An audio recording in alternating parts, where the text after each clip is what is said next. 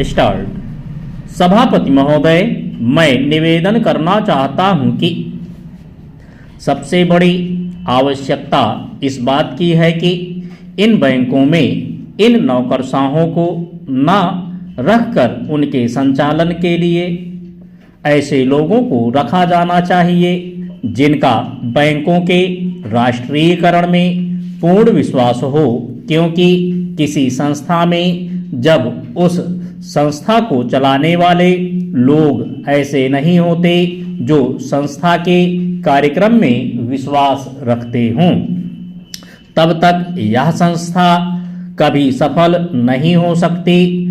मेरा कहना यह है कि हमारे देश में सार्वजनिक उपक्रम जो असफल है उसका सबसे बड़ा कारण यही रहा है।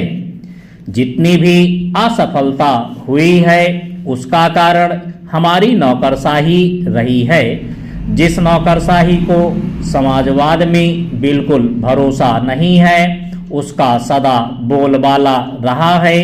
इसका परिणाम यह रहा है कि एक ओर तो इस देश में छोटे छोटे मामलों में बराबर देरी होती गई है, निर्णय नहीं लिए गए हैं, और दूसरी ओर उसके होने वाले लाभों से गरीबों को दूर रखा गया है।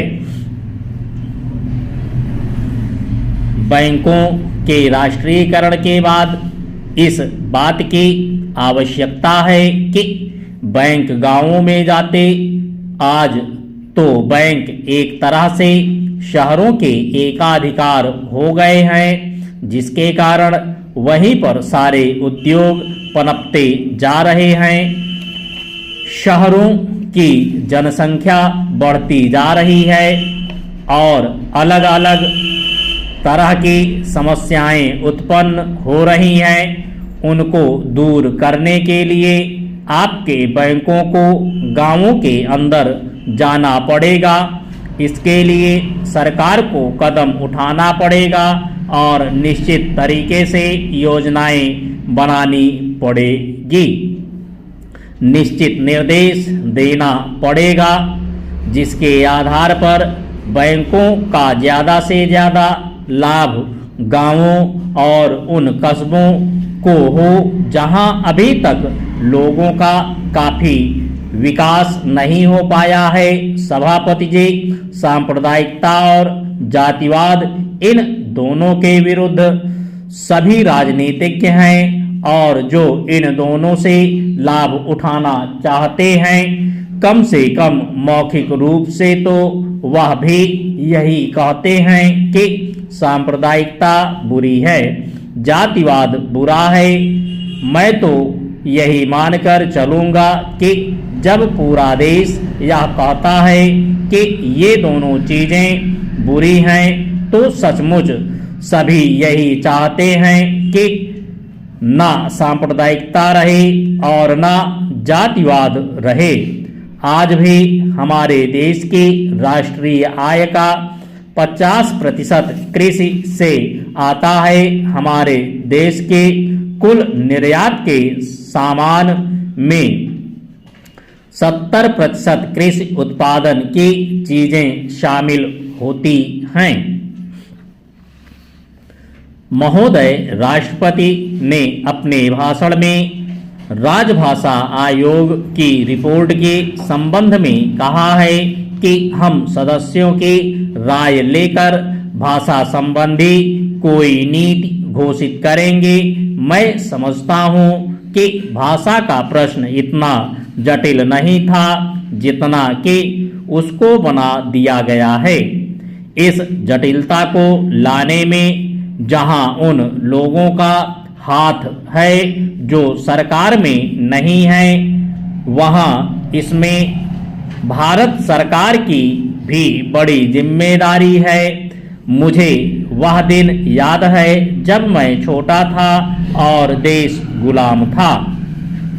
उस वक्त महात्मा गांधी हिंदी के संबंध में चर्चा करते थे और उनकी कृपा के फलस्वरूप और उनके प्रयास के फलस्वरूप सभी प्रांतों में हिंदी की सभाएं खोली गईं और वहां हिंदी का प्रचार किया गया।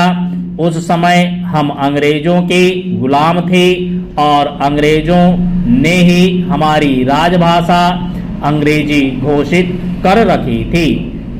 तब हम अंग्रेजी से दूर थे और हिंदी के निकट थे, लेकिन आज जब हमारी अपनी सरकार है, अपना शासन है, हम हिंदी से दूर होते चले जा रहे हैं। एक समय था जब देश में हिंदी के संबंध में एक मत था।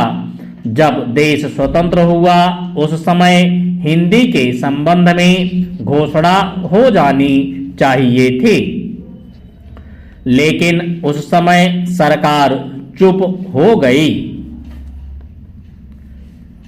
अब जो देर हो रही है, इससे भाषा संबंधी समस्याएं बढ़ती जा रही हैं। मैं नम्रता के साथ सदन के सदस्यों के सम्मुख यह निवेदन करना चाहूँगा कि कितनी विचित्र स्थिति है। आज हमको अंग्रेजी भाषा का मोह पैदा हो रहा है।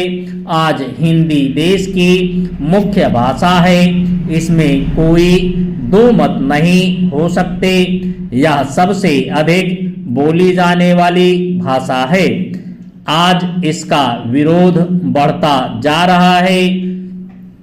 कुछ ऐसी बातें हो रही हैं जिससे मालूम होता है कि हिंदी का विरोध प्रादेशिक भाषाओं से है, लेकिन ऐसा नहीं है। सच पूछा जाए तो बात यह है कि अंग्रेजी भाषा के स्थान पर हिंदी को लागू करने का प्रश्न है। प्रांतों में काम प्रादेशिक भाषाओं में हो, किंतु केंद्र में तो हिंदी भाषा भाषियों को और कुछ जो अहिंदी भाषा भाषी लोग हैं उनको यह गलत फहमी हो रही है। हिंदी वाले सब बलपूर्वक हिंदी को राजभाषा बनाना चाहते हैं, लेकिन इसमें कोई इस प्रकार का प्रश्न नहीं है। यह तो केवल आपस में समझने का प्रश्न है। किसी स्वतंत्र देश में ऐसा नहीं है। महोदय, राष्ट्रपति के अभिभाषण में राष्ट्र की दशा का जो भी चित्रण किया गया है, उसे देखकर भविष्य के बारे में जनता के मन में अच्छे जीवन की आशा उत्पन्न होना कठिन है। अभिभाषण में अधिक बल शासन ने अभी तक जो कुछ किया है उसकी ओर दिया गया है, जबकि यह सदन और राष्ट्र की जनता हमारे सामने आज हमारे सामने जो संकट खड़े हैं उनका निराकरण किस प्रकार किया जाएगा, इसके संबंध में मार्गदर्शन की आशा करती थी।